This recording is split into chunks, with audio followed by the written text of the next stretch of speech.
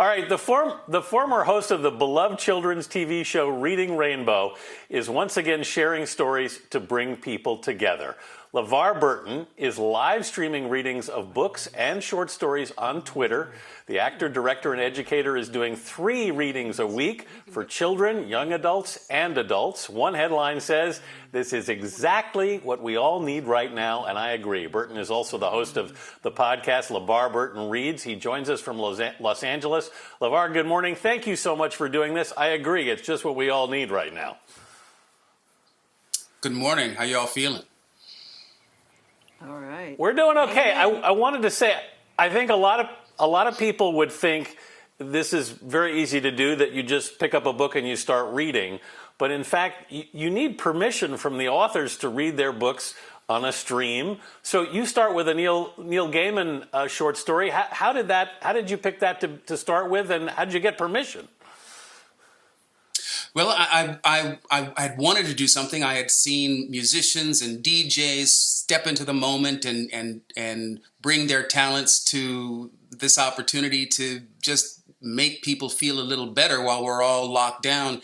And my family at Stitcher, where I do my podcast, they suggested that I go for public domain material, and I just wasn't finding anything that I was compelled to want to read. So I've been on Twitter for a long time, and I sometimes just vent on there, and I was venting about my frustrations about finding material, and I got a tweet from Neil Gaiman saying, "LeVar, you can use any of my stories that you want." And that sort of began the floodgates. Then I got a tweet from my friend and children's book author, and then the floodgates opened up. And so I decided, rather than try and find one public domain story that fits for the whole family, let me do readings aimed at the different members of the household. So I know you're going to read something from Jason Reynolds, but who else can we look forward to in your readings? Well, this morning I'm doing my first children's book session, and I'm going to read Amazing Grace by Mary Hoffman, one of my favorite children's books. And I'm going to read The Rhino Who Swallowed a Storm, which is the first children's book that I wrote. Yeah, well, great choice. Great choice. I know Gail's got a question. Gail? I do. LeVar, first, can I just say it's so great to have you back on TV reading to all of us. I'm really looking forward to seeing you online. I think this is wonderful what you're doing. But what makes a great story to read to an audience? And Anthony, I didn't know you had to get permission to read the author's book. I thought they'd be flattered. But what makes a good story, LeVar, to read to all of us?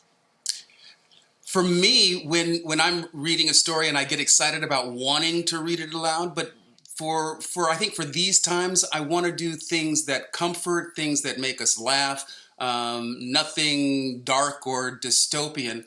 But in essence, Gail, what makes a good story to read is the one that you sit down and read by yourself or share with others. Stories have a tendency to bring us together, much in the same way that music does. And this is designed to be an effort, like all reading aloud, that is food for the soul.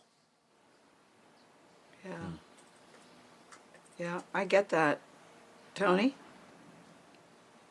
Yeah, I think that's a beautiful way to put it. Reading really is food for the soul. And LeVar, I'm curious, for people who can drag their kids out to listen to your wonderful voice, read them a story, and then the kids want to read their own books, what would you recommend? Maybe one book for kids and one book for teenagers to kind of continue the passion?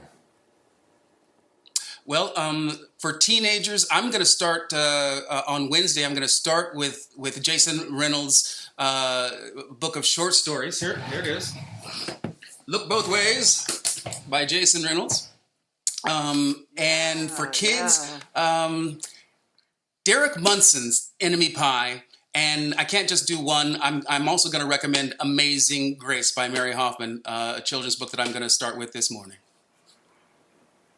Very good. I like it. We love Jason Reynolds. Those are all great choices. Yeah. Also, anything by Shel Silverstein. LeVar Burton. If you like poetry, Shel Silverstein, you can't go wrong. Yeah, we've had Jason Reynolds on the I show a would couple agree. times, so I'm glad you're reading. I'm glad that you picked him. But LeVar, I'm curious about, were you sitting at home saying, I want to do something? Coach put me in. How did this come about for you personally? It was just a matter of wanting to step into the moment, recognizing where we are and wanting to make a contribution. And I thought, well, I can read, so let me do that. Yeah. Yes, you can. All right. LeVar Burton, thanks so much for being with us this morning.